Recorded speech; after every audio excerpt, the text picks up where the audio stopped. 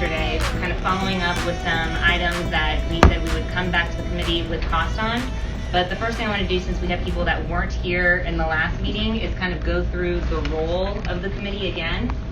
So this committee is tasked with coming up with possible priorities for new funding. So as we went through in the last committee, we're looking at about $3 million of new funds from the state. So that's what this committee is doing. We're talking about possible priorities that could be recommended to the superintendent and then eventually to the board that could possibly be included in the budget. But again, the superintendent and then ultimately the school board have the final say on what is going to be included in the budget.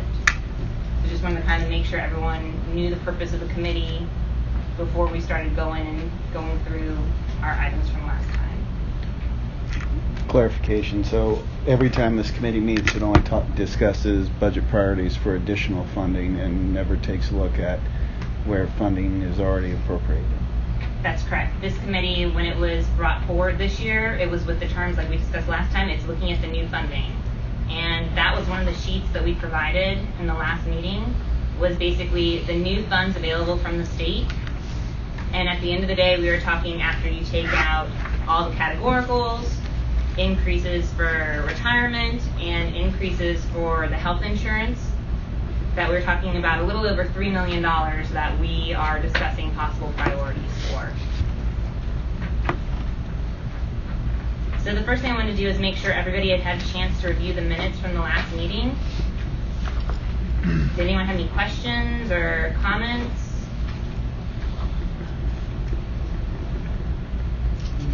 Yeah, so we need to have a motion to... motion that we move the minutes as presented. Second.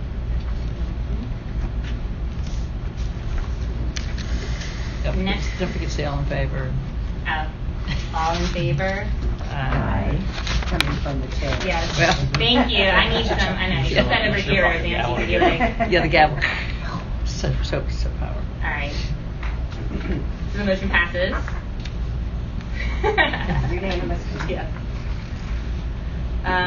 The next item on the agenda was we wanted to go through the next sheet that we sent out yesterday, which was circling back to the last meeting and talking through some of the priorities that were discussed in that meeting and making sure that we captured what was discussed, seeing if there were any questions or comments.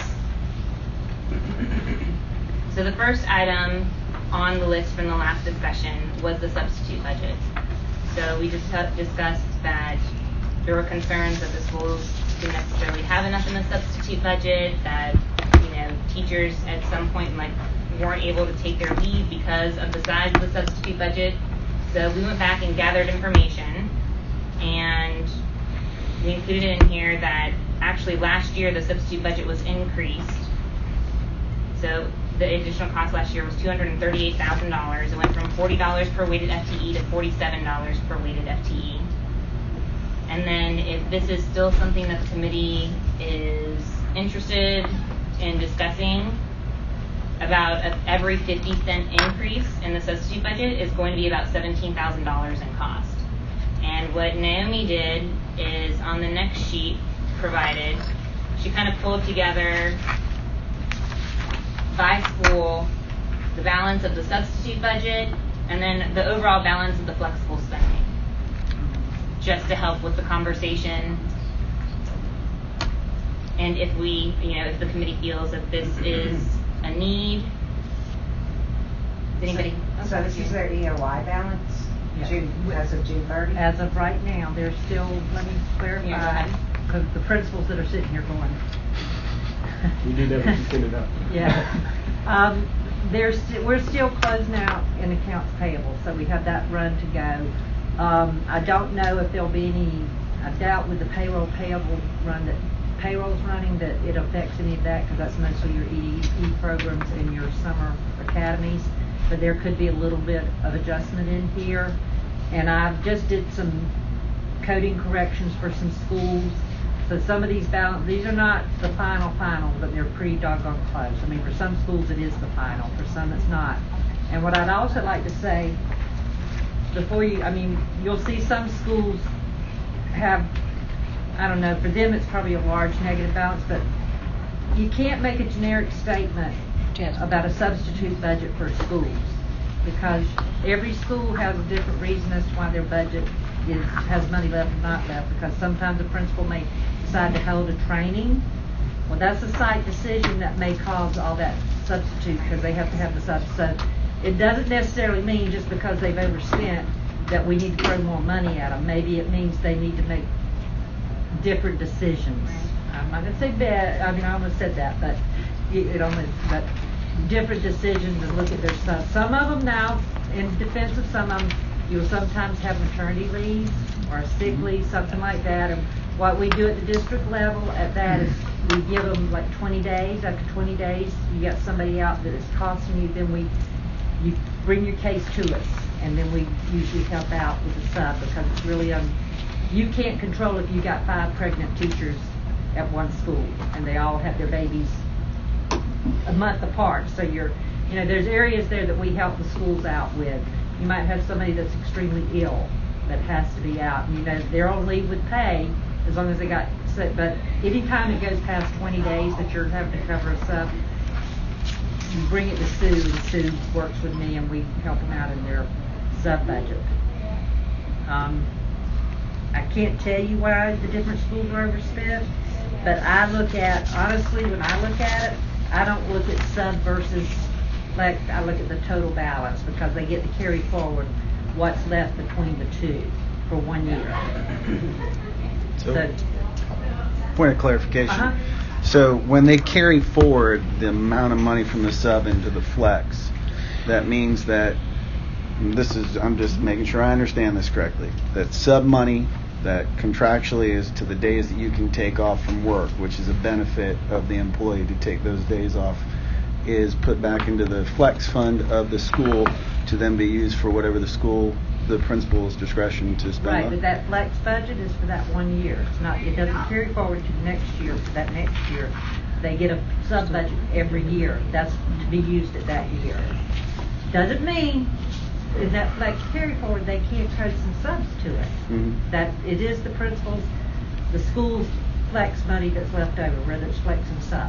So is it done in a way that is flex categorized in 2 different ones of where the money is it's just all put into All one thing? Right. So when it says flex funds that are down here, those flex funds will come back to the district?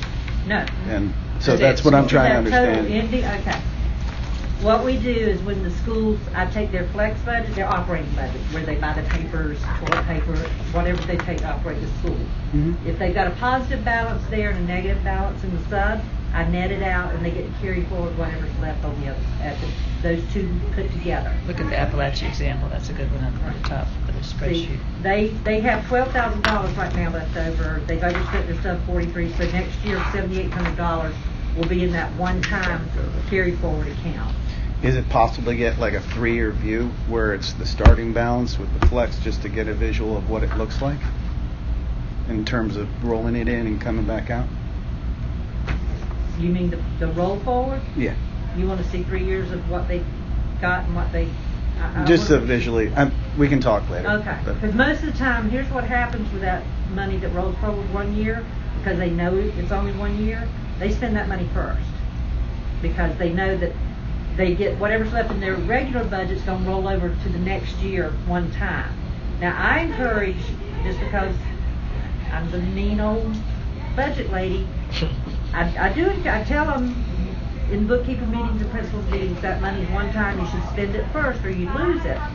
But I also say the money that you got this year is supposed to be used on the kids that generated those funds this year. It's not, the purpose of it is not to hold and carry forward as much as you can. It's to spend it on the kids as needed. Now, we've looked at things before. They didn't used to get to carry forward. I think that was way before Roseanne was here at the time. I think she's the only principal that was here at the time where you didn't get roll forward anything. I fought for that. I wanted Right, that and what would flexibility carried happen, over. well, we started looking at it because what literally would happen is they would spend it for the sake of spending it. Right. It would be Katie bar the door at the end of the year, we're going to buy anything that we can spend money on because we're not going to get it back anyway. So that's part of the reason we started doing the carry forward, because it's for the school spend it, the principal and his SAC or his site team decides how they want to spend that money, just like they do their regular budget. I can get, you can email me, Scott, or I can get 3 years worth of what they started with and what they ended up with in that. I don't have a problem with that. It's not a lot is ever left, I can tell you that. I have a But question. sometimes they overspend that and I have to take it So from what they does this carry forward. flex here, the operating, does that include the bonus or the extra that superintendent gave out to the schools this year for? That's in their flex budget, yeah, the extra $10 per FTE is not the athletic or the student activities or the band stuff. This is where he gave the extra $10 to per cover student, the, yeah, to help cover paper and right. cost of living. And then Scott, in the last meeting, you had said that you were kind of concerned about the substitute basic training wasn't being offered as frequently, and we found out they actually made the training online. That's why they're not offering, but it's hidden. You have to like really hunt to try to find it. And so we've asked them if they can kind of put it on the website, put it on a more clear location on the website. So HR is actually working on that. I think part of what was mentioned was, I may be wrong, is that there's apparently a pool, but there's not many viable in the pool. Like there's a pool that hasn't been washed, that purged for about, Right. We talked about updating, ensuring that the lists were updated and accurate with HR also. But they also said that they would not waive the new employee orientation requirement for substitutes.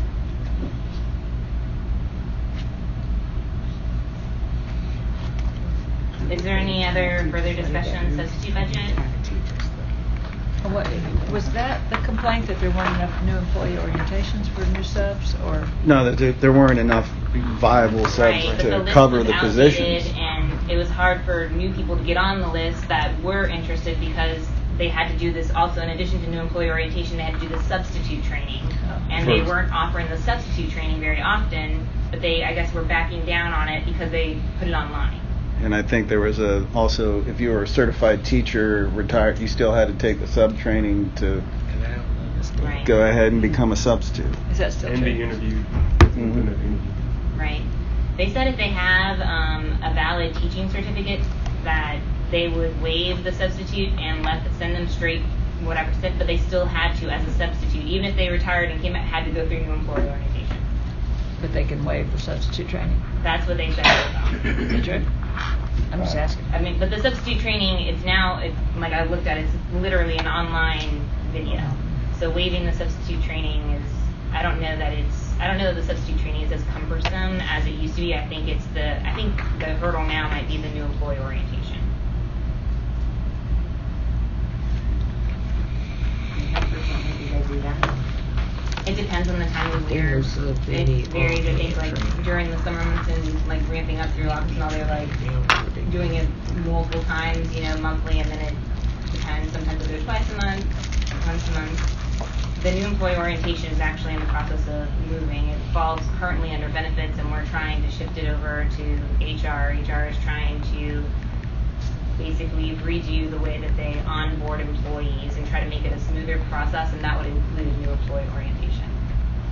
Has there been any discussion of just recruitment of subs just in general, of what role HR could play in even looking at military workers, former teachers, retired educators, to increase that pool? Because I think outside of the money situation, we may have money to fund them, but you can't find anyone to pay. And so, particularly at the middle school level, if you don't start, your start time is at 9:30, and the subs have been picked up for Right. 7:30 in elementary, we're left with almost nobody. And so what types of ideas could we have for just recruiting additional subs to that pool, and what type of carrots could we dangle to recruit some of the retirees or public servants, individuals that are already in our state already that may want to come back and sub, and what are some things that we can pilot to get them on board with being a sub and stuff like that? We can definitely go back and ask them. We'll read Yeah, it seems like I heard someone discuss the possibility of outsourcing our substitute teachers and there's agencies out there much like our retire. So I had to take that side. So and you need to bring that up. A retired teacher shouldn't have to be Okay, well, trained. I just, yeah. You need to train them. So what is the sub? What's the sub pay now? $12 an hour. Yeah. We went up $2. 7 hours a day. Is that right? Well, not always. $7 Some an subs hour. are, some subs, It's $90 $9 a day. Okay. there are some school sites that from subs that I've spoken with that they don't get the full 7.5. That sometimes they'll be asked when the class starts, when the class ends, and that way it's a way of shaving off a cost of the person being there before or after. Which For the supervision piece. really, So, what do you do? yeah. We need more money for everything. Yes, where is your magic? Well, we'll definitely get back to HR and. We'll lock arm in arm for Yeah. legislative session. I think the recruitment piece is, it's kind of our issue with a lot of, not just that.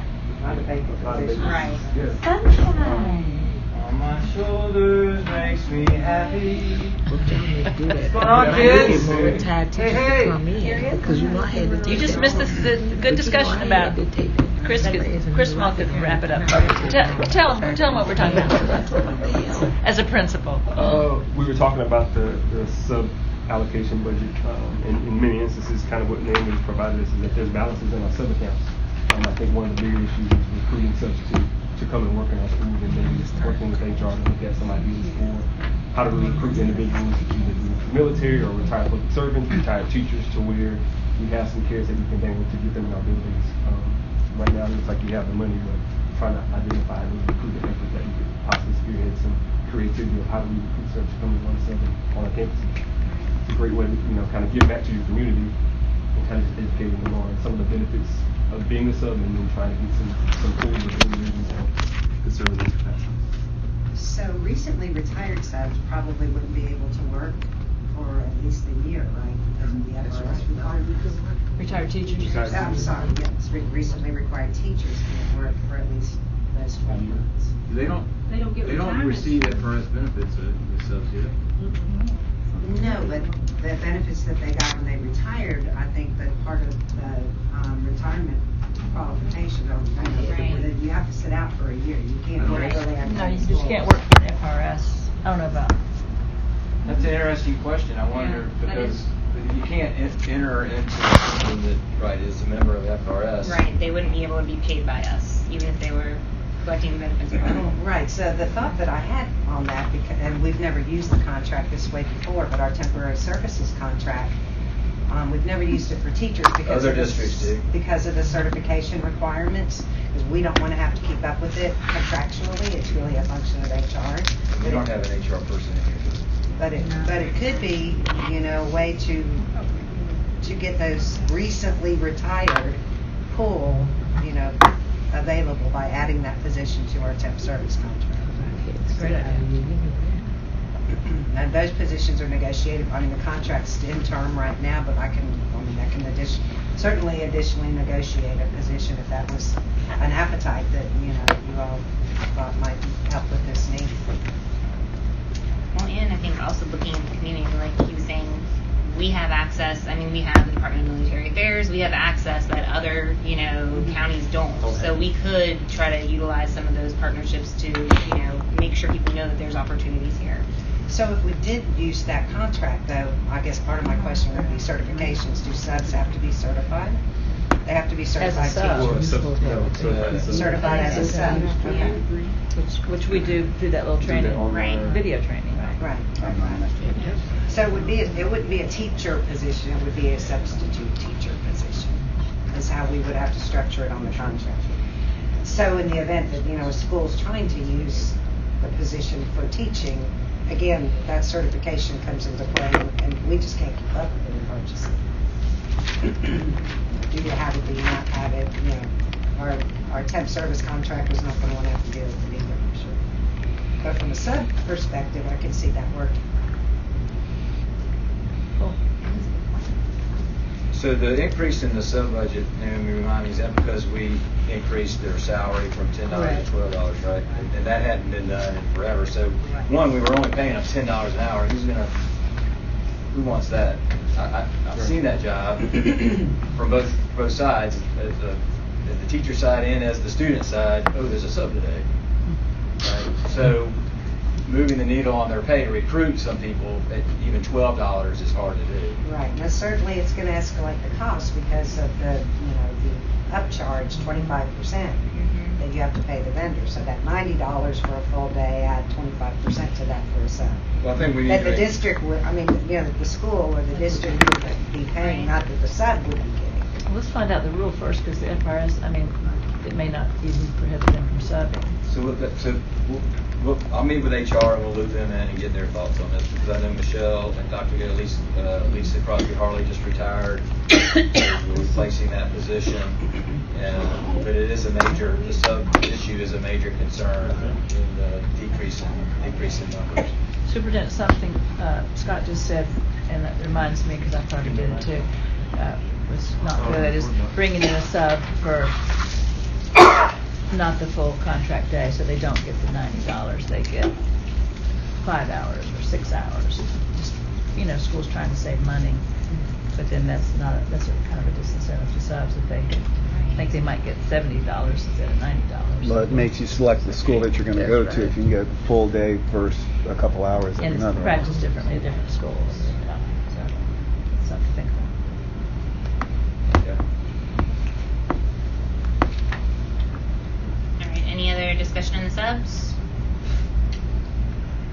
All right. The next item was additional reading coaches. I think what we discussed last time was that it would be beneficial for all schools at all of the levels to have an additional full-time reading coach outside of what's allotted through the reading allocation. So we went through and looked elementary all the way through high school, placing one full-time reading coach at each of the schools. The total cost was about $1.43 million, and that's with our new benefits rate.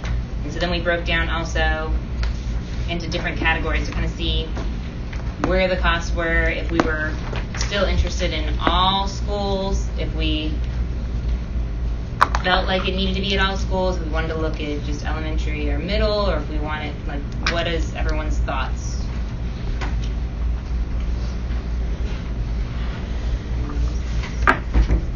Is this the price with, I guess, because we already get a portion of our reading coach? This is in addition. This is a full-time in addition to what everyone already has. So this is one additional unit, it's not like an extra half unit? No. That's what Teresa said, it was a pull outside of the reading category. So the reading Or category pays for a half. Right. I think this was to make everybody get a whole. Oh, I thought it was an additional. I don't think it's additional, I think it's to make Okay. everybody So whole, this is just but let bump me them make up to sure. a full, Right. from what we already have already.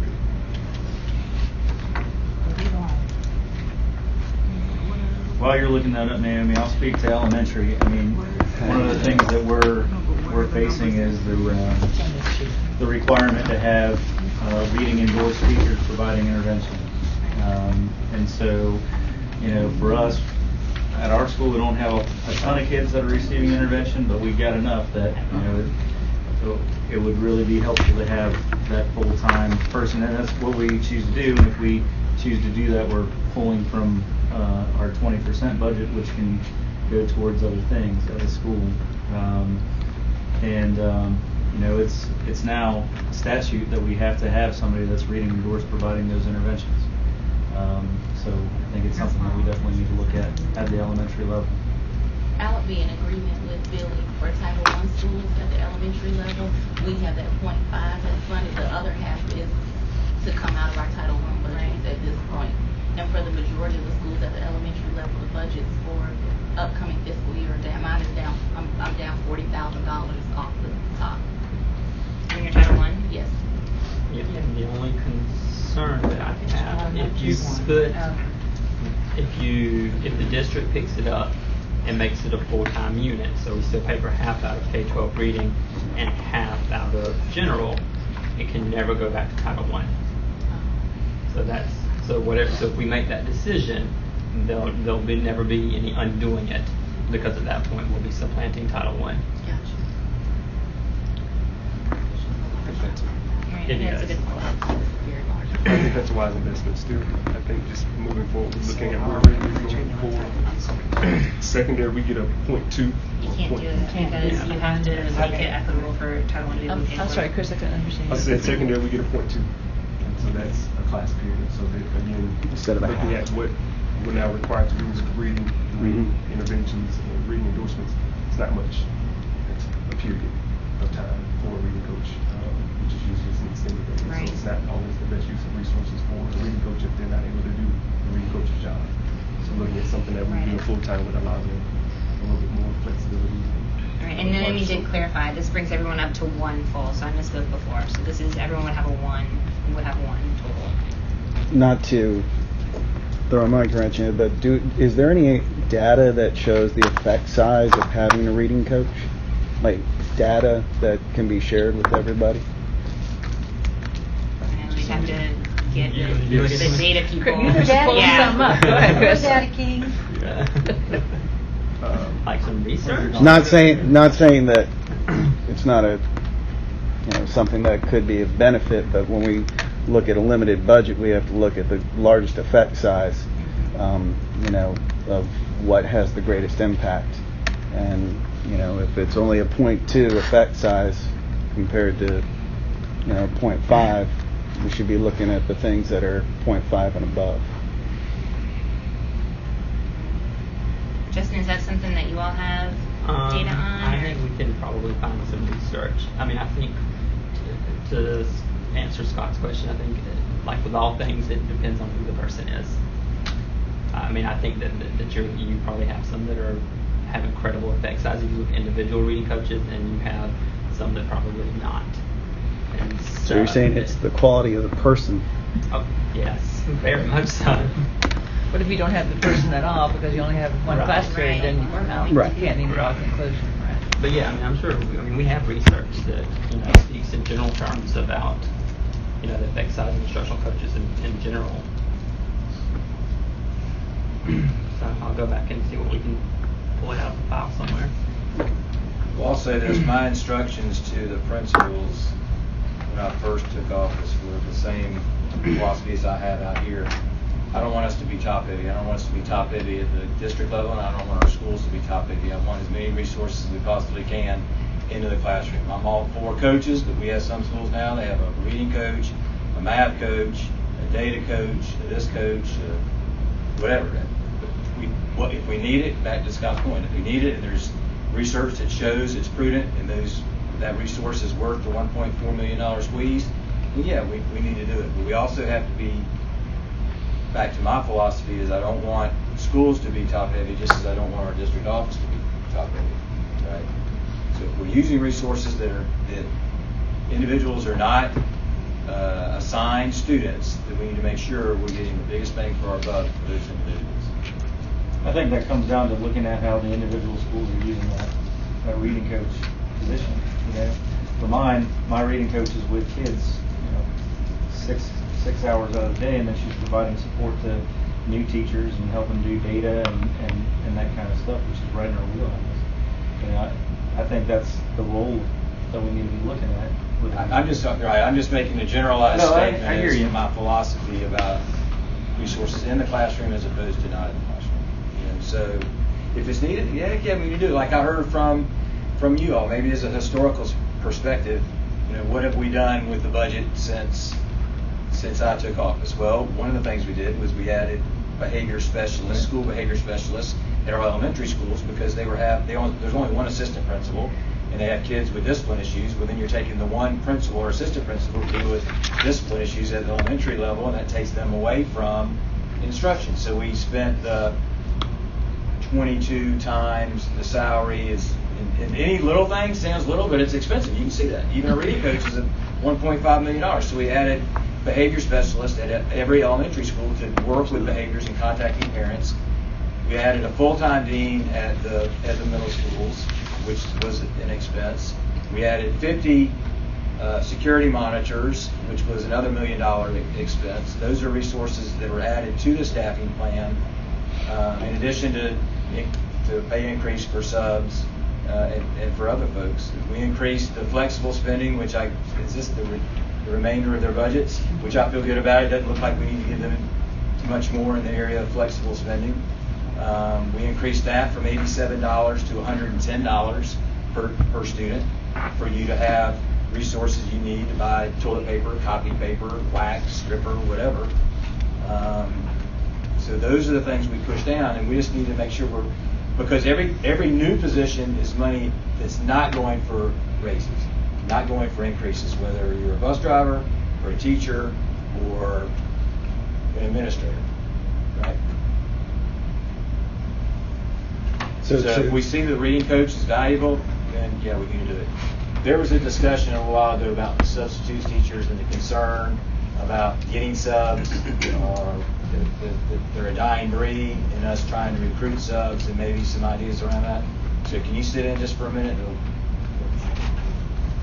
So I think some of the discussion was about subs and whether or not former employees could come back as subs during the time that they're supposed to sit out. Like if the teacher finishes drop, do they immediately come back as a sub, or do they have to sit My out? understanding, they would have to sit out for a year. Right. Right. Other districts I know use temp agencies as subs to get around that. You know, I've been outspoken against that practice for administrators and bringing administrators back. I'm not sure this fits in that. No, it doesn't. I don't think that fits into what I think this is different.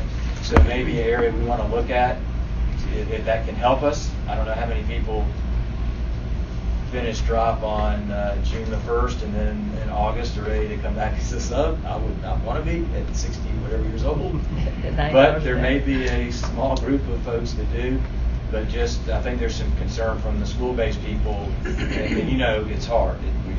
That pool is shrinking. We try to do something to increase the pool by moving the salary from $10 to $12 an hour. One of the other things that we talked about the other day during leadership, we do have a list of people who want to serve as subs, but going through the interview process so that we can make sure we're putting quality people in front of our kids, even on a temporary basis. So what we're going to do, we meaning HR, just like I asked people on the leadership team, to serve as a big, huge interview. To vet candidates. Yes, so that we can do it all at once. And even if we just have one day, if we get 1 hour, 2 hours, whatever like that, then we can get them vetted so that we can have more subs. Because before, if you met the requirement, we have to have an associate's degree. Yes, sir. If you had an associate's degree in a pulse, we put you in front of kids. Well, after the yoga shooting, things are different now, right? Because that was a sub. It came a teacher in another state, came to our county, went through, became a sub, and now after this incident, I was, well, how did y'all hire him? Why did y'all hire him? And then someone even hired him after we hired him. So it's vetting, but I think it's expediting the process to get them qualified faster, and they're going to be working on that. It's also cleaning up the list. Right. Yeah. Correct. Because there are people on the list who haven't subbed for years. Right. Is there a way to pull that data and then remove them if it's been a year? Or at least get in 2 years? touch with them to see if they're still interested in subbing. We would hate to remove them because it could have been something for 2 years that they didn't do. But yes, there is a mechanism. One other thing I think we need to think about, Michelle, and I've heard this a couple of times, is the pay is different in different schools. Like someone may come in as a sub and get 7 hours, but the teacher is on 8.5. Some of them come in and they only get 5 hours. So we probably need something that's a standard to look at with subs that's more consistent. You know, principals, they don't want to see that red. You know, so they're trying to do everything to protect the red. But at the same time, these are people we're trying to recruit. They aren't going to want to come back or go back to the school where they feel like they should be. At this school, I'm getting 7.5 hours, and at this school, I'm getting 5. Right. All right.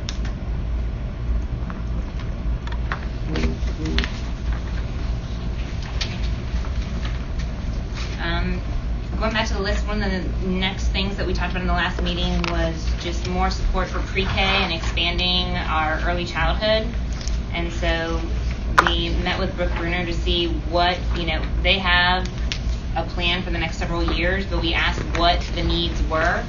And so this spreadsheet that's attached is what she came back with that are needs that they have currently that cannot be covered by the fees that they bring in.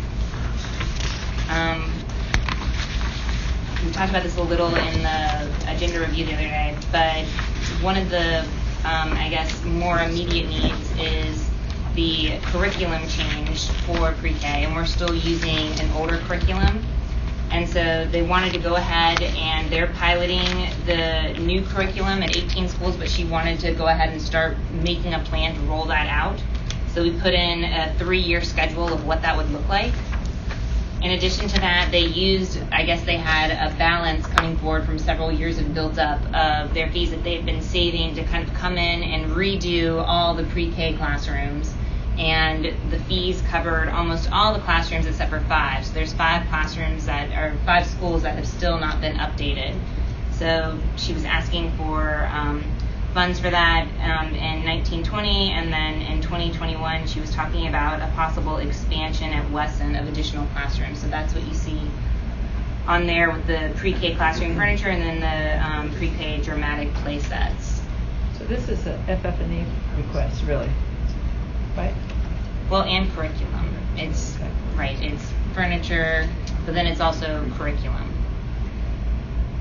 Okay. But we talked about the expansion and the importance of supporting, getting in and getting early.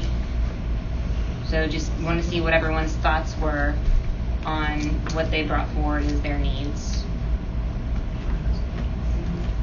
So,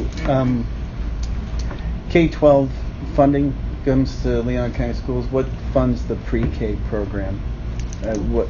ESE pre-K kids bring in funding just like regular kids do. So it would be ESE dollars that fund the Well, pre-K it would program. be, no, it's not going to be, it's going to be district dollars. It'll Right. be funds that, because the BPK kids, but most of the ones that she's dealing with here are your Mhm. ESE kids. And they start at, I think, 2.5 or 3 that we have when they're identified, we serve them.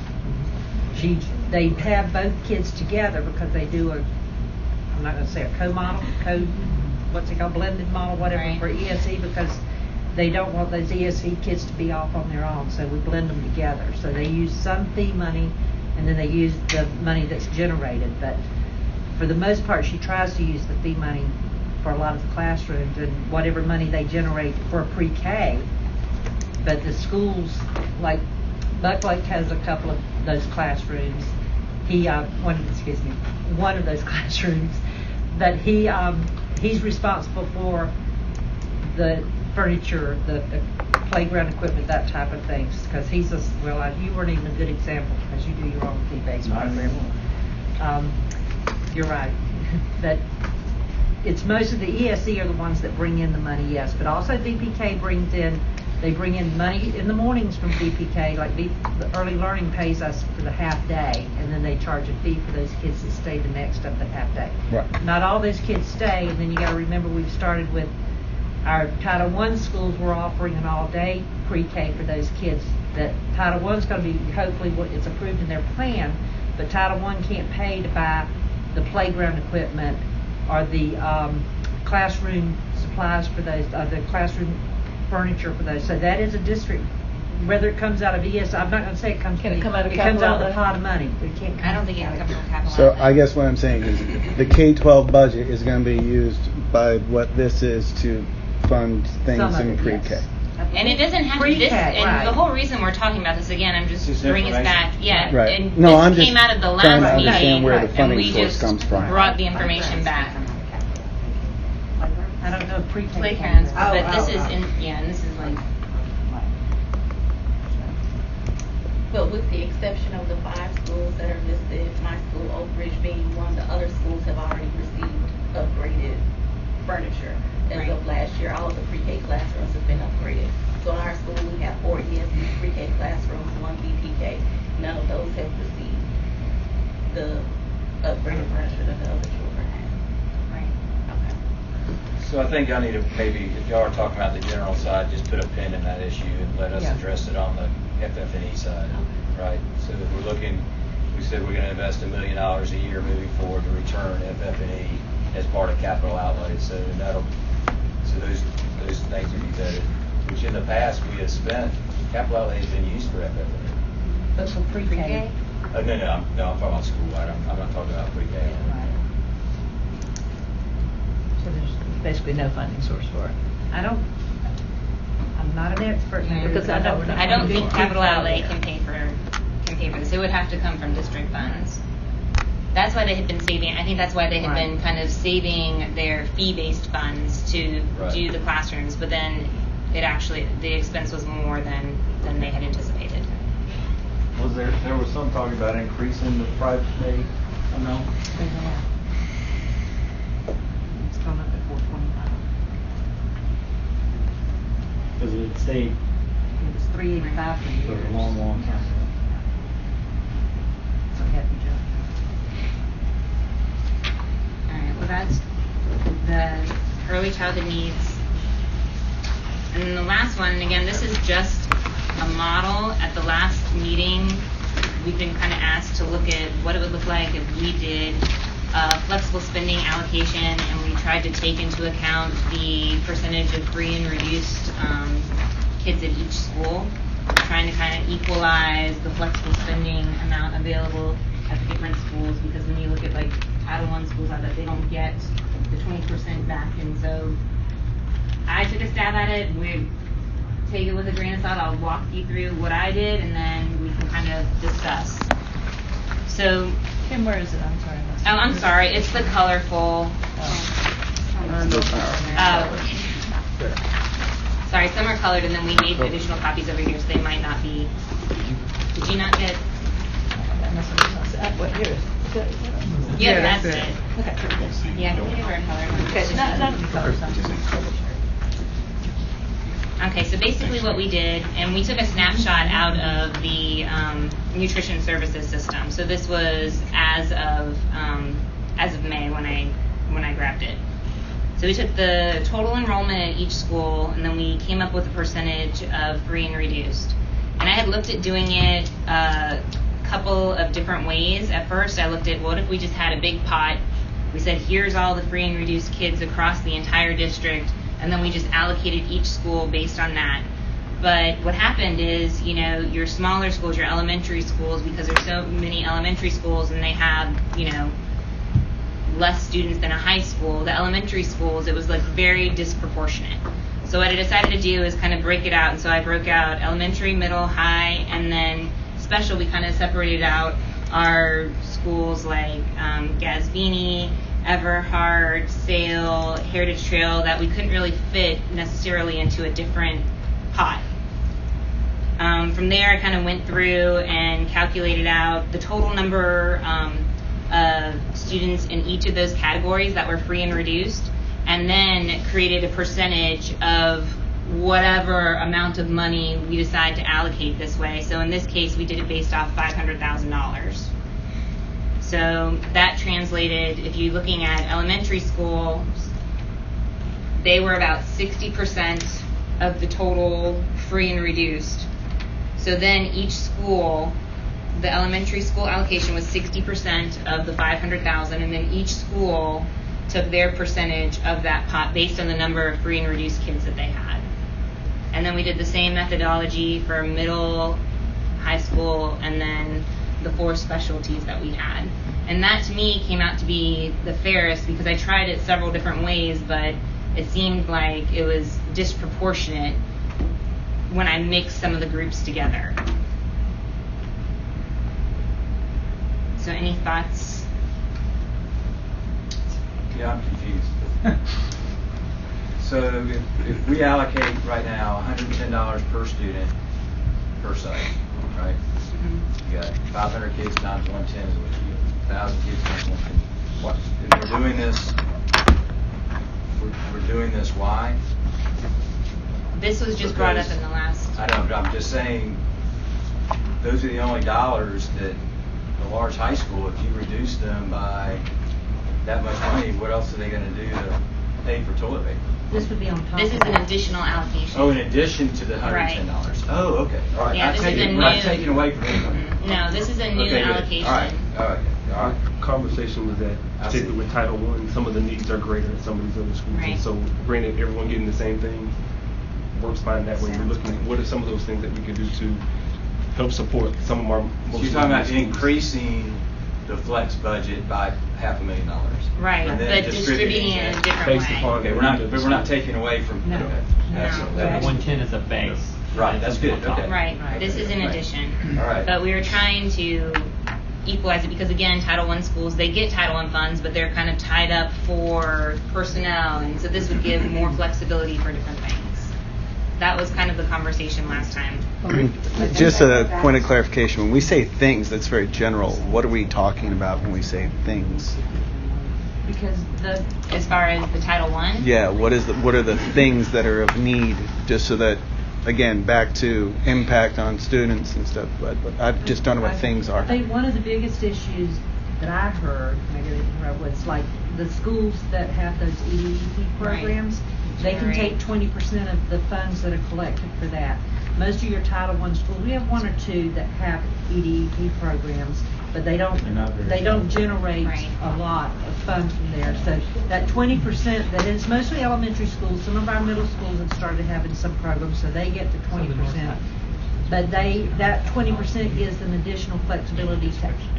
They can hire an extra aide. They can do some hourly as needed teachers. They can do some Saturday school where there's schools that don't have those available to them, don't have a fund source for doing that. The problem is doing it that way. Really, the squeeze is not on the Title I schools. The squeeze are on the middle. The squeeze are on the raw, the COB. They don't have the EDP, and they don't qualify for Title I. Right. That's where the ones in the middle are the ones that get the squeeze, really, because Right, and that was discussed the Raws, the Sullivans, the Cobbs, those are the schools that they don't have the 20% that you can buy another. You can use it for staffing, you can use it for a playground, a track, toilet paper, whatever. And then you have Title I schools that receive $600 and something more per child, which is a significant amount of money to help with additional staffing. But schools like Raw and Cobb and the others, they don't have either one. Those are really the ones that are kind of caught in the middle. Right. As I said at the meeting yesterday, everybody has 4 children. It's just if you don't have at least 75% and you're just below that, you're not receiving that extra help. And it's but this is one way to help distribute it. It is, but the Title I schools though receive a lot more money than the non-Title I Title I schools with staff in their staffing. The problem is the discretionary money, like to do incentives for teachers or the pizza party or the this or the that or the other. Some of the more affluent schools have those flexible dollars where other schools don't, and those tax dollars can't be used. They only be used for certain things. But as far as the model being equitable, I think it's very equitable, because every school has, in these high schools, there's no 20% money for a high school, no matter if you're a Childs or if you're a Rickards. There's no 20% money. But Rickards and Godby will receive $500,000 more in staffing in Title I dollars than a Leon, a Lincoln, or a Childs receives. Does that make sense? But it still costs the same to operate the school. Those schools, other than maybe if they rent their facility, if a school rents the auditorium to a church on a Sunday, that money potentially could come back to be used for flexible spending. I think, did you want to add something, Jack? No, I was just going to say that I, at this point have seen it from both sides of the coin, having been at Gilchrist and now being at Oak Ridge. And I do have to say that in looking at the Title I budget, when I saw it initially, I thought, oh my God, this is a lot of money. We're going to do a lot of stuff with this. And it literally is 3 teachers and 2 parents in the regular classroom. And that's it. And that spends the whole budget. That's it, done. Yeah, well, that's $300,000. If a teacher's 60, I get that. that's $80,000, and she gets probably what, $280? How much Title I did you get? I think the thing that is sort of offset it between last year and even this year is just the benefits, that piece. So from my seat, the very first year at Oak Ridge, 12 new teachers, 10 of them were first year teachers. So you code these inexperienced teachers who are working with the most fragile children to the Title I budget. You can sort of spread some of that out. But in the desire to have more experienced veteran teachers working with the children, now we have last year 2 teachers who were first year teachers. So in coding those teachers to Title I coupled with their benefits, the benefits for those folks, it really cut down a lot of what we were able to do. Now, we were in an unfortunate situation with the school grade, so there's this subsequent SIG money. But school grade improves. SIG goes away. There you go. I think the other thing that, I wish the Title I person was here, that they were looking at is the income disparity with the parents. in these schools, and I think that's what you're trying to get at here, is who can write the $400 check for, the baseball uniform or the new band instrument. So when you go to a event and you see, kind of ragtag. That's a different situation though, because you can't use these funds to do a lot of that stuff. That's internal account stuff.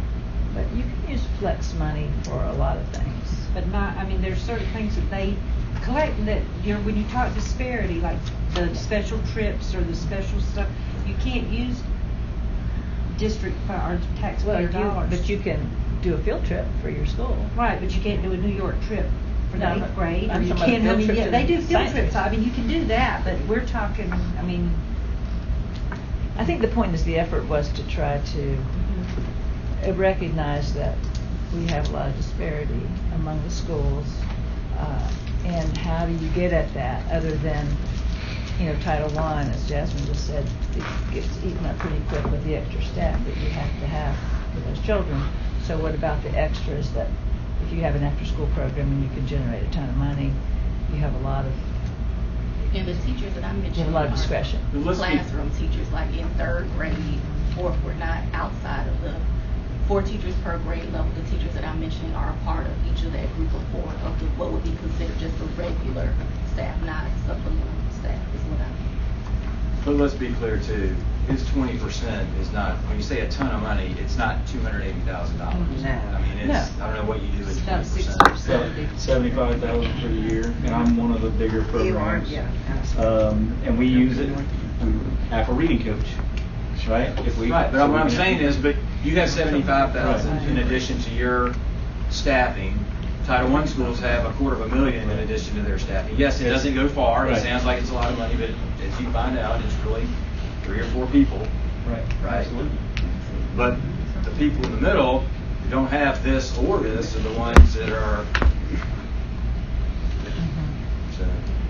But now I do have to say, not to just belabor the point at Gilchrist, and I'm a parent at Gilchrist, very proud of that. And we participated in fundraisers programs like Boosterthon that generated money for the school that could be used for whatever we like to see. For the pizza party for the teachers. That's the for the difference, pizza right? party for the teachers, for upgraded computer labs, for touch screens for touch screens for all of the teachers. I contacted Boosterthon and about possibly doing Boosterthon at Oak Ridge. The first question was, how much have you generated from your largest fundraiser, which was approximately $4,000.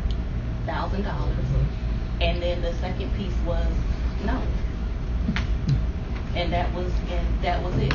So you think about those kinds of things and the disparity. I think about what I was able to do as an assistant principal, just with those kinds of things, and what we were able to provide for our teachers, not just things from around, but things that allow them to be able to teach in the way that they But Jasmine, you can spend Title I money on technology.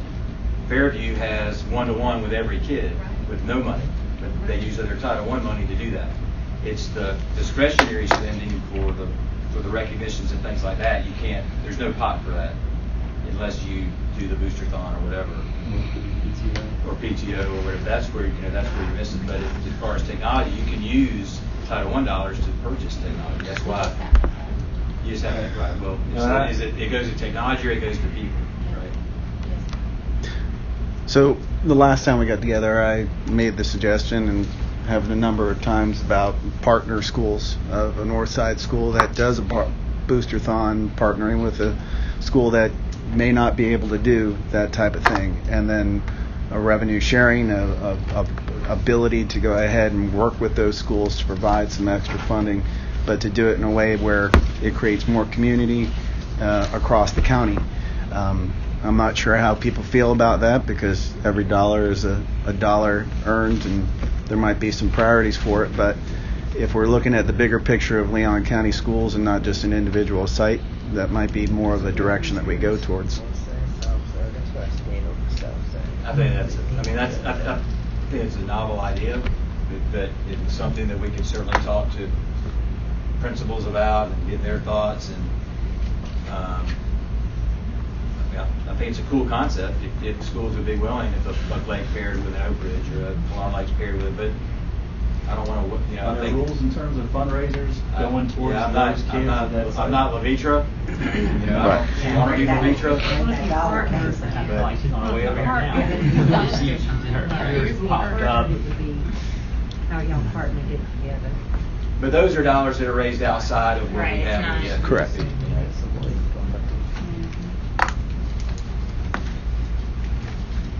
Okay. So thank you for working on this, Cam. Yeah, no problem. It's, you know, and I'd love to, you and Superintendent talk about this more and, you know, try to gain your thoughts too. Did you look at all about, we talked at length, I didn't see it, maybe it's on the agenda, I haven't seen it, but we did discuss at the board meeting the other night, as you know, what can we do for Title I teacher retention? That was a big recommendation from the Title I committee, and it was a big, you know, discussion at the board meeting the other night, and so I'm just interested if we have any ideas in this group of what that might look like, and how big of a priority is it, and what works, what's money well spent, what money not well spent. And that's one of the things that I think we really need to try to hammer down, because we talked earlier, like it's very philosophical. We need to kind of talk through what is the incentive that we're talking about, so that we could put a cost to it. Is it, what was talked about in the board meeting was, a $10,000 bonus. So, I mean, that's where we need to get to, because we talked very high level about what we could do to incentivize, but for us to be able to put, a cost to it, we really need to get to what are those mechanisms or, bonuses, incentives, what do we want to put in place? Because right now, I think the last time we met, we talked about it's $100 now. Yeah, it's $100 per semester. $200 a year. Yeah, so, what we're talking about with even the evaluation ratings being teacher bonuses now are $500, $800, something that's comparable to what we're already doing for bonuses if that's the bonus for our current contracts. What makes, that may be some leverage for looking at that Title I piece and at least trying to make sure that they're closer to that versus $200 a year for being at some of the most struggling schools. I think what I suggested was looking at effective and highly effective and differentiating that for our Title I schools. So instead of $1,200 for a highly effective teacher at Buck Lake, maybe the highly effective teacher at Oak Ridge is getting $5,000 or $6,000. It's a different kind of art. Well, I think what we're gonna see, and we haven't even had this conversation yet, when you talk about a different kind of hard, is deciphering with the new laws surrounding best and brightest. It's the whole new game. It's not the 1,200, 800 anymore. Right. It goes back to if your school shows 3% growth, you could have an A school. I'll use Montfort as an example. The way I read the law and the way I read Montfort's scores and school grades is 71, 71, 71, 72, 71. There's not a 3% growth. So I don't see Montfort qualifying. I didn't see Gilchrist qualifying. I don't see, so a lot of our schools that traditionally these teachers have gotten best and brightest, but at least the 1,200, 800, they might not have gotten the 6,000, may not receive anything from the state this year. So it's going to be a nightmare for HR. I can't imagine. And that was one of the reasons why we didn't touch that highly effective, because all of the rules changed. Yeah, it's that whole, now if Leon County schools outside of best and brightest, obviously we can't control that. The people in the capital control that. Want to do some type of bonus incentive. This is $200. I don't know why $200 doesn't entice people to want to stay. That's a lot of money. But if you talk about, when you start talking about what is the number that moves the needle, right? Is it 1,000, 3,000, 5,000, 10,000? And then when you get a number that moves the needle, multiply that times the number of teachers. It's a big number, right? Another thing I thought of was maybe if there was some type of, companies have investment programs, like if you're at a Title I and you stayed at a Title I school X number of years, that when you retired there was some big payout, or there was some, like every year you stayed, you would, when you retired, you would get paid an X amount of money.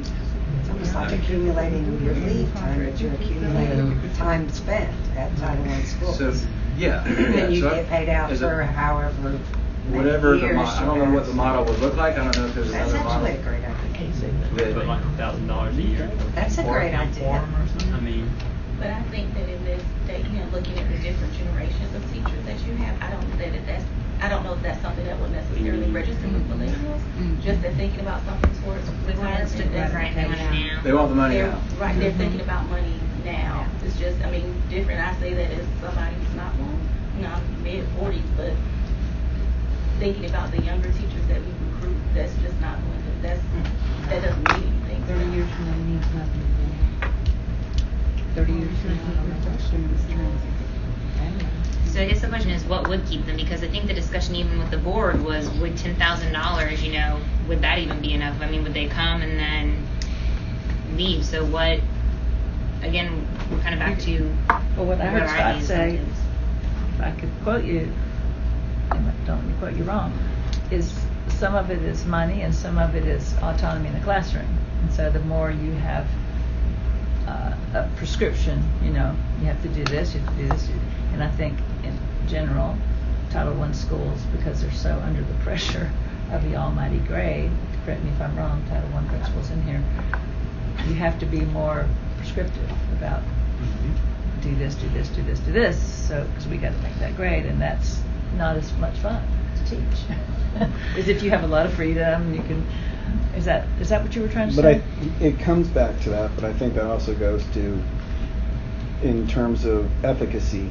I know that was one of the things that's been talked about with Hattie and teacher efficacy and people getting together and looking at curriculum and being able to not look at a data point, but having evidence of what's happening in the classroom product of student. That's not about the right answer and the data always, it's about the process and the strategies.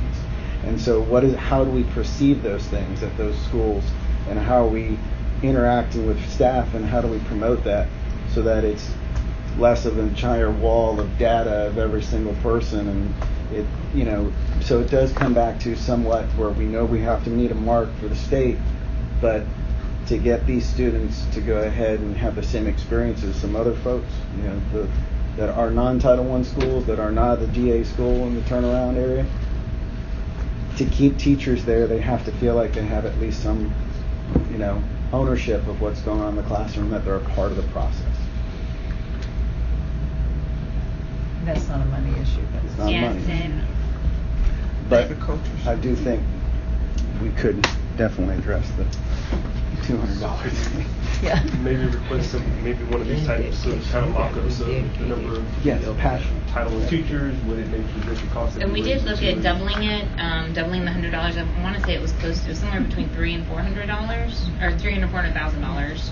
I want to say, but I think we forgot to put it up. But we did look at that. But we can do the mock-up. Every if you have Every small increase. 500 Title I teachers times $1,000, do the math. But I'll do something like this, and we'll put different. But we're coming down to 15. Roseanne, did you want to go through some more of the board priorities that we're going to I discuss? wish I brought my little sheet here. I didn't bring it.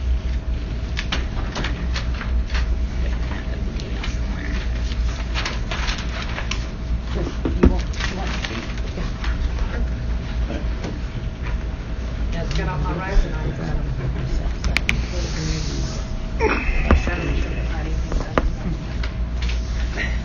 I think we also talked about some incentives for our workforce. Our transportation department came up, I think, along with that same conversation about the bonuses for Title I. What are some incentives we could possibly do for our drivers? And looking at some of those types of things for either number of years or, I don't know, evaluation ranges or something that may help keep some of our transportation department.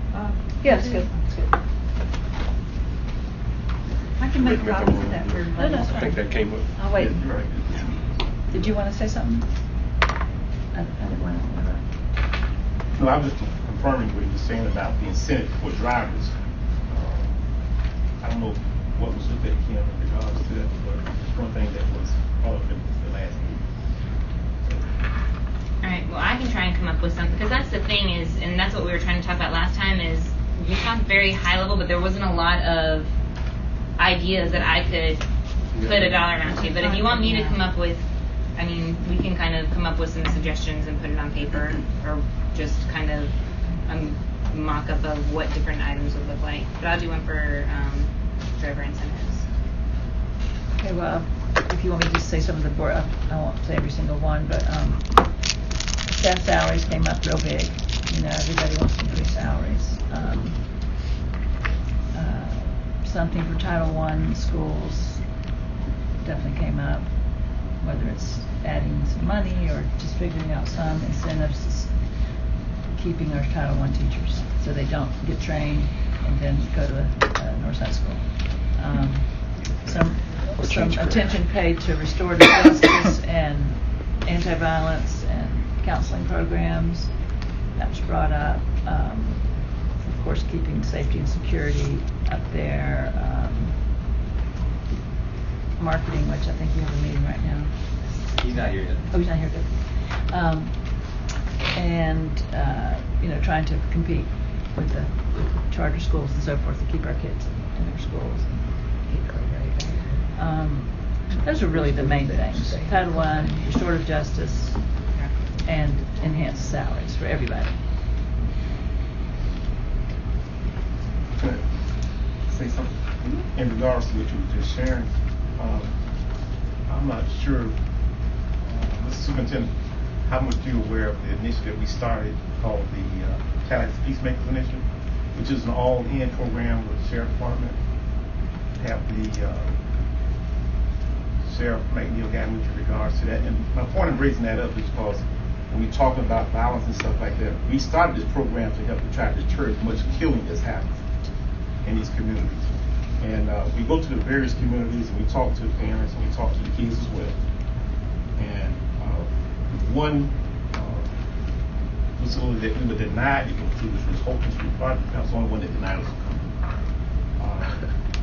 They have a Title I building that's portable, it's there. At one time it was on the Title I, it's not in the program now because they stopped using it. But we wanted to talk with you all about possibly opening that building up so we can have it as a program for teachers from Florida State, Florida A&M to help these kids in these trouble areas when they're out of school and so forth. So we can show them a deterrent rather than saying, okay, well, my only objective is to pull this trigger, but we want to show them that there's,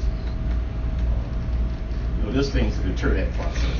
So we have to implement it, within their minds and so forth. So that's one of the things we did want to talk about. Okay, we can talk about that outside of the school. All right. So I'd ask you to say, what is the cost? To give everybody 1% increase, 2% increase. Right, we're working on that from the board meeting. Okay. We're going to do that, and then we're also going to do what would it look like if we gave everyone, a 50-cent increase, and what would it look like if we did $1, because that sometimes turns out to be a little bit more equitable than when we're doing across the board, yeah. right? Because a 1% increase for him and him, or a 2% or a 3%, do not look like a 3% for them, do not look like a 3% for me, or for anybody else over here. That's why I moved away from that model and went to straight equitable dollar amount. A little bit of history over the last 3 years. I can't speak to, and Naomi can, what happened before that. The first year, teachers had vested right, and there was never a lot of new money to begin with. There was none the first year, 47 cents last year, $75 this year. The first year, blue collar salary increases for bus driver, food service workers, moved up $1. The gift of time for employees out here, going from 10-hour days to 8-hour days in the summer, which gave them an additional 8 days, kept their compensation the same, increased their hourly rate. That was about it for the first year. Then the second year was Bookkeepers, you adjusted bookkeepers, registrars, some more blue collar people. So that was for 17. That was for 17-18, right? But this year, that was the first year. This is the second year now. So this year it was all the stuff we talked about at the schools, increase of the flexible spending, the security monitors, the behavior specialists, the deans at the middle schools, all of that, the increase in the sub pay, all of that was done. The dollar per hour, 75 cents the second year for drivers and food service workers and blue collar employees, and then the $1 an hour for teachers, along with 75 cents or $1 then for exempt staff. So that's kind of what we've done over the last X number of years. So for teachers, it was about $1,500. It moved the beginning teacher pay from $36 to $37.5. It took from 2006 to 2016. It only moved from $34.1 to $35.7. So it moved $1,600 in 10 years, and we moved it just last year, $1,500. This is your committee. Philosophically, I'm more of the equitable dollar, 50 cents, whatever the number is that we spend, the resources we have available. I feel good about the flexible spending and the money we've pushed down to our schools over the last several years, the additional money we're sending down for the arts and athletics, and now the furniture money. I think we've done a very good job. I would recommend if there were any dollars in addition to that this year, that you go to our employees, how it's broken out with bus drivers and blue collar people and teachers and exempt staff. Y'all can help sort through that. When you start picking and valuing one person's worth more than another, it's a loser. Just plain and simple, it's a loser. That's why with A school money, school recognition money, when you start valuing one employee or one person more than someone else, look what money does to a family in an estate settlement. And those are siblings, those are blood relatives. Nothing will rip a family apart faster than money. Period. Nothing will destroy this organization's morale faster than anything than money. Right? So my thought is to be equitable. If you look at 50 cents for 4,500 employees, it's about $4 million. For teachers, it's about $800 on the scale, between $750 and $800 on moving on the salary scale. So now our beginning pay goes from $37.5 to $38.3, and do it all the way across. Because I've always also been at both sides of the table in bargaining, and usually whoever's sitting at the table are the people that are taken care of. And you have to, when you're in a process like this, I know it's hard, but you have to push yourself back and not think of your own personal situation. You have to think of what's best for the organization as a whole. Period. And it's easy to go back to what's good for me, but you have to see the entire organization. And you have to speak and advocate for each of your groups. That's why you're here. But I have to, and they have to, look after all 4,500, whether you're a bus driver, or a food service worker, or a teacher, or a secretary, or hall monitor, right? So, or a principal. And they were last. They got the gift of time until now. They didn't get a bonus. They didn't get a this, that, and the other. But to me, and if it ends up more, once we know the final number, it is the final number. It is what it is. But I would like to give it to employees. I would love to move the needle with teachers by $700 to $800. I'd love to move our beginning our minimum wage again from $11 to $11.50. To me, it helps everyone, and everyone gets the same. But I have to do it, or I'll meet you over there. But thank y'all for being involved in this process. I mean that. Okay. And lastly, I guess to wrap up, the last thing we had asked in the meeting was for y'all to go back to your stakeholder groups. And was there anything that we didn't discuss last time that we need to have on our list?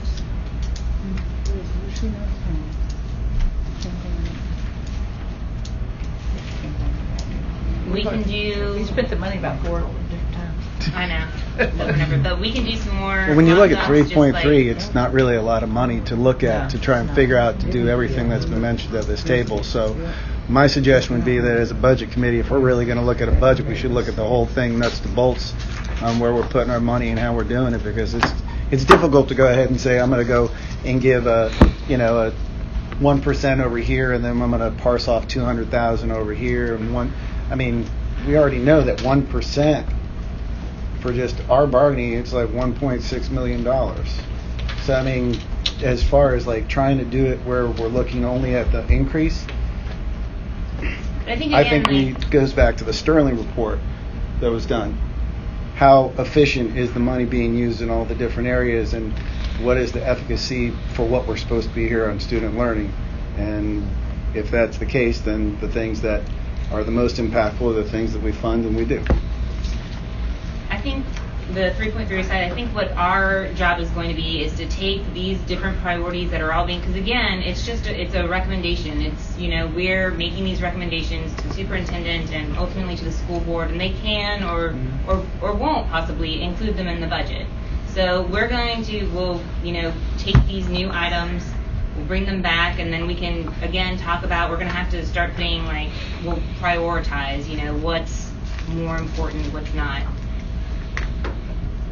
As a piece of equity, if we're going to talk equity, we should also maybe look at what the state averages are and where people fall in those averages, and trying to get everyone up to about the same average so that we don't have two comparisons of where different groups are. Anybody else? Equity.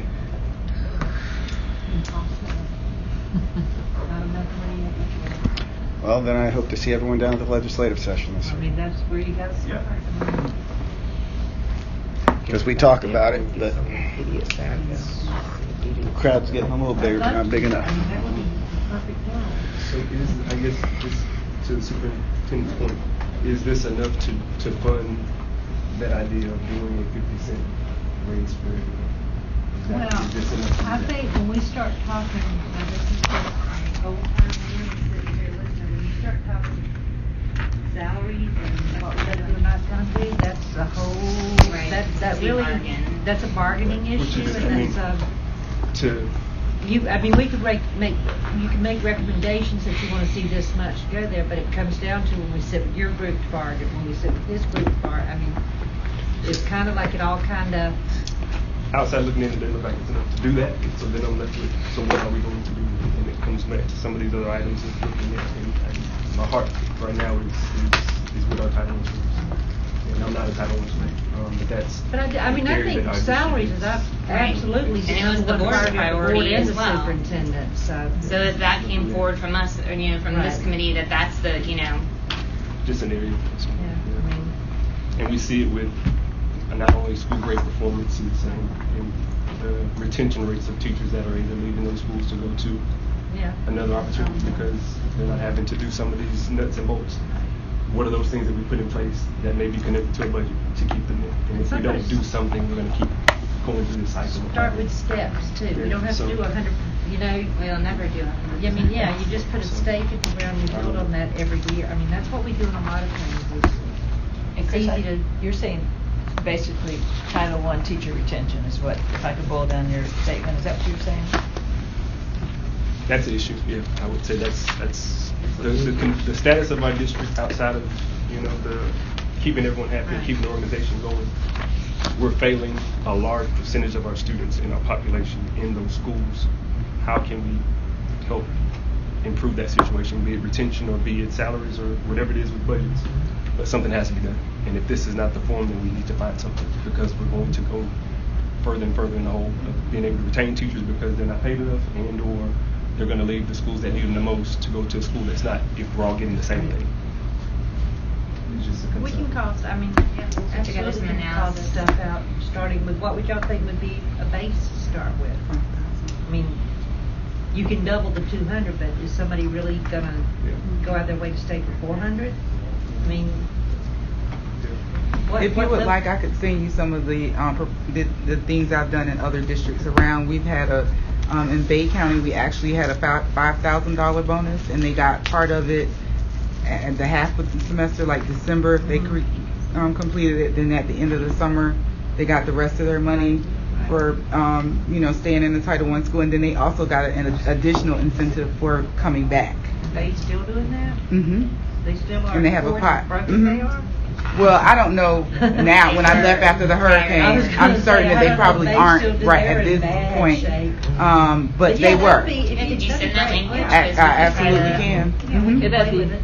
that's what we were saying at the board meeting, we're not the first people to struggle with this. What are other people doing? I have several districts that I can send you some of the language we've used around And the that's what we state. need is some things, again, like, we needed someone to kind of give us what they were looking at for us to cost. Because we can throw something out there all day long. Right. And there was, it lists out all the requirements, everything that they have to be a highly effective or effective teacher. Like there were certain requirements that they had to have in order to get the bonus, Yeah. or either that they had to achieve in order to get the bonus. So it worked out. I mean, then in other ways that they didn't keep it as a bonus. They made it as recurring for those people that stayed, because a bonus increases your Right. overall, but that if they're going to stay in the profession, you want that to be a part of your retirement. Right, you don't want. You know what I mean? So I can send you some information that we use across the state. That'd be very helpful. Scott, you can give her our email. Of course. Would you please? Gladly. Could we also look at, if, I assume we're gonna meet again, I'd like to see what the retention numbers are, you know, over a couple of years, like at the different schools. Because that might just help inform our decision. Between my tenure and Brooke Bruner's tenure, which would be, what, 4 years? Between 35 and 48% of the teachers at Allocation have been new to the school each. I think if we had that data and the board had that data to look at, it would just reinforce the recommendation that, you know. You won't just for Title I schools? Well, no, I think you should do all schools and then, you know. Basically, Title I school. And it may be a good idea also to get some sort of exit interview for those people that are leaving or that were non-renewed, because it will be hard to understand when you're asking about the retention. You don't know if they were let go either, non-renewed. So we need to know the reasoning behind it, so you'll know how to. You can sort by the termination. Right. Yeah, we've shared that at the board meeting. Can I say something? I know I'm just sitting in to observe, but for being who taught on the South Side for 29 years of my teaching career, that's a big point. I stayed over there because I felt that's where I was most needed to be. So you got to have that, and then with not having tenure anymore, that's not giving teachers much of an incentive either. And I know, you know, you'll go to then and let go for sometimes no reason at all. So me being a tenured person and wanting to stay, and I had opportunities to go to Deer Lake and various schools, but I chose to stay at Fairview. So that's a big deal at that point. But you need to look at that as well. Because if you're an annual contract teacher and you have nothing to gain from teaching and you can go somewhere else, you'll go. But having somewhere and knowing that you want it and you got a stake in that school will help you a lot. Because I could have been at Deer Lake when they first opened. I chose to stay to Fairview. So that's just something for you all to consider. Because being an annual non-renewal contract, that's really hurting this profession as well.